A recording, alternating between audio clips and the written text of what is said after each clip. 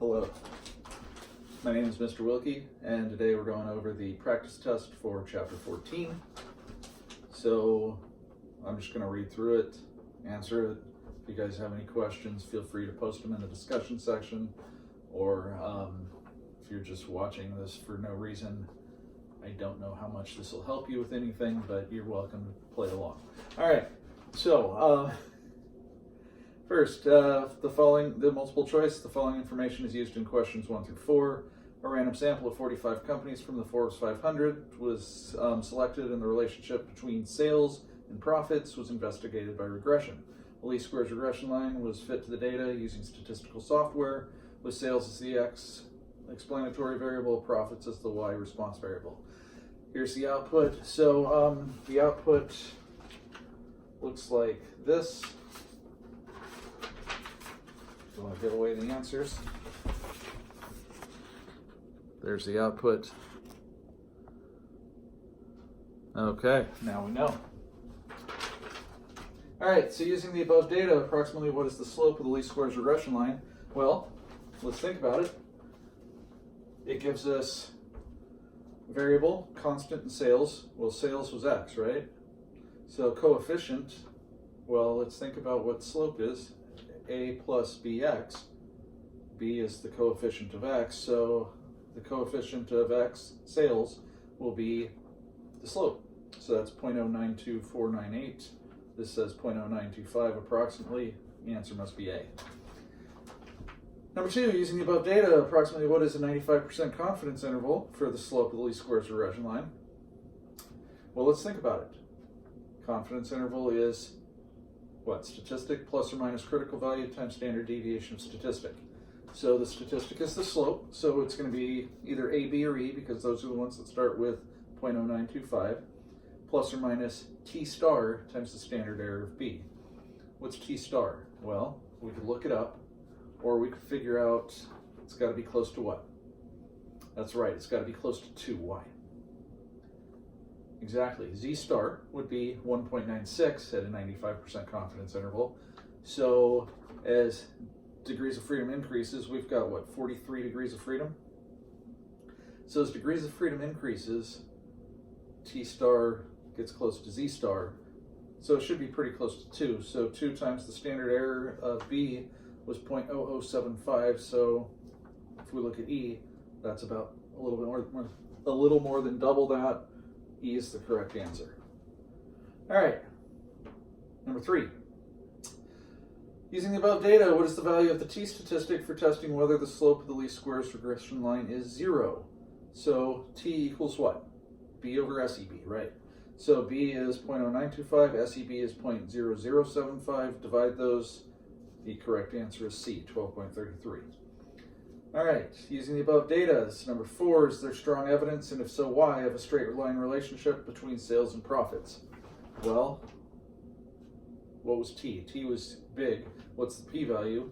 Ridiculously low, right? I mean, T was 12.33. That's off the charts, right? P-value, it says, is less than 0.0001, which means we reject H naught in favor of HA. H naught is always beta equals 0, so reject beta is 0, or reject beta is equal to 0, which is no relationship, in favor of HA, that it's not, there's some sort of relationship, the slope is non-zero. Yes, because the slope of the least squares line is positive? No. Yes, because the p-value for testing if the slope is 0 is yeah, that's it, right? The other one is, no, that's not it, right? So, good. Okay, the correct answer is B. All right, are we ready to go over the, for response, any questions on the multiple choice? If you have any questions, feel free to put them in the discussion, as always. Number 5, consider the following data on height in inches and number of siblings for a simple random sample of 7 female students at a large university. And here's the data. Right there. Everybody's got that down. Perfect. All right. So let's think about this. Would height be a good predictor for number of siblings? I've never heard of that. I can't imagine that it would be. I mean, I think about, well, my mom is 5'5". My uncle, her brother, was 6'4". They each have one sibling. I mean, it doesn't make any sense. So let's do it anyway, and we'll figure it out. Step 1. We want to know if height is a good predictor of the number of siblings a person has. H naught beta is 0. HA beta is not 0. Why are we using the two-sided? Because the direction side carry out a two-sided significance test. Okay? Perfect. Step 2. We're told to assume conditions. Well, yes, it's the conditions, right? So assume the conditions for inference have been met is what it says in the directions. I love that. Because all we have to do for step 2 now is say we're told to assume the conditions for inference have been met. We proceed with a linear regression t-test. That easy. Step 3. We got to do the inference, right? All right, so t.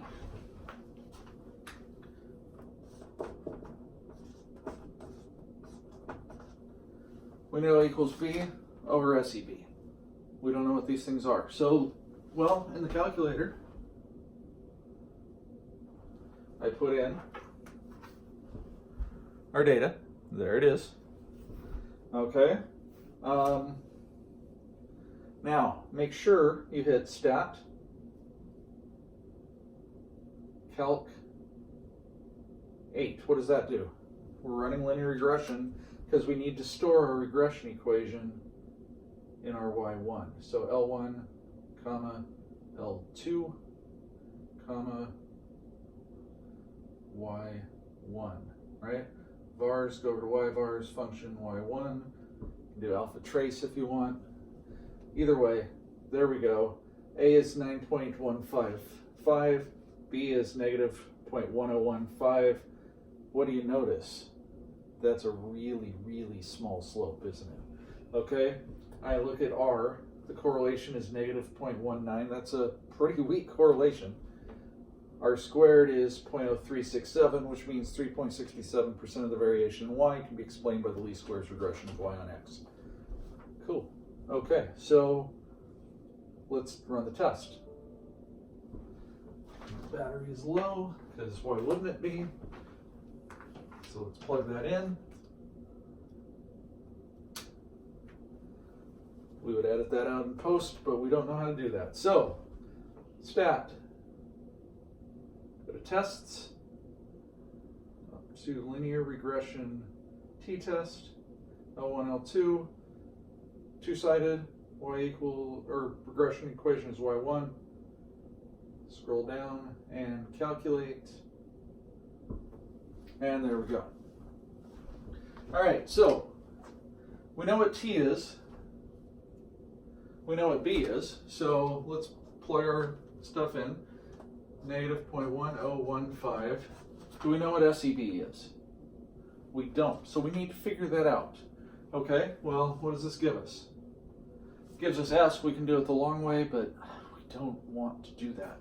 So I'll show you a little trick here.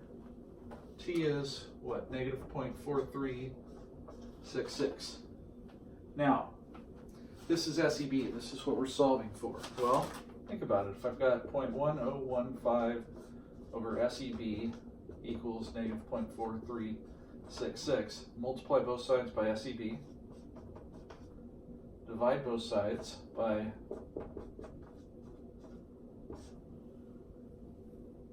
and I can solve it that way.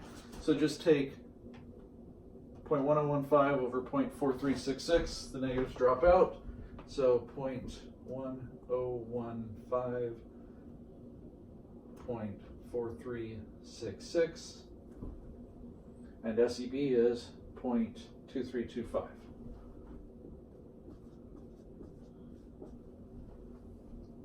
So there's T. Well, T is that. How many degrees of freedom? We had, does it tell us? Oh, it tells us 5. Right? That makes sense. We had 7 ordered pairs, so n minus 2 degrees of freedom. What's our p-value? 0.6806. Is that high or low? That's high. Good. Okay.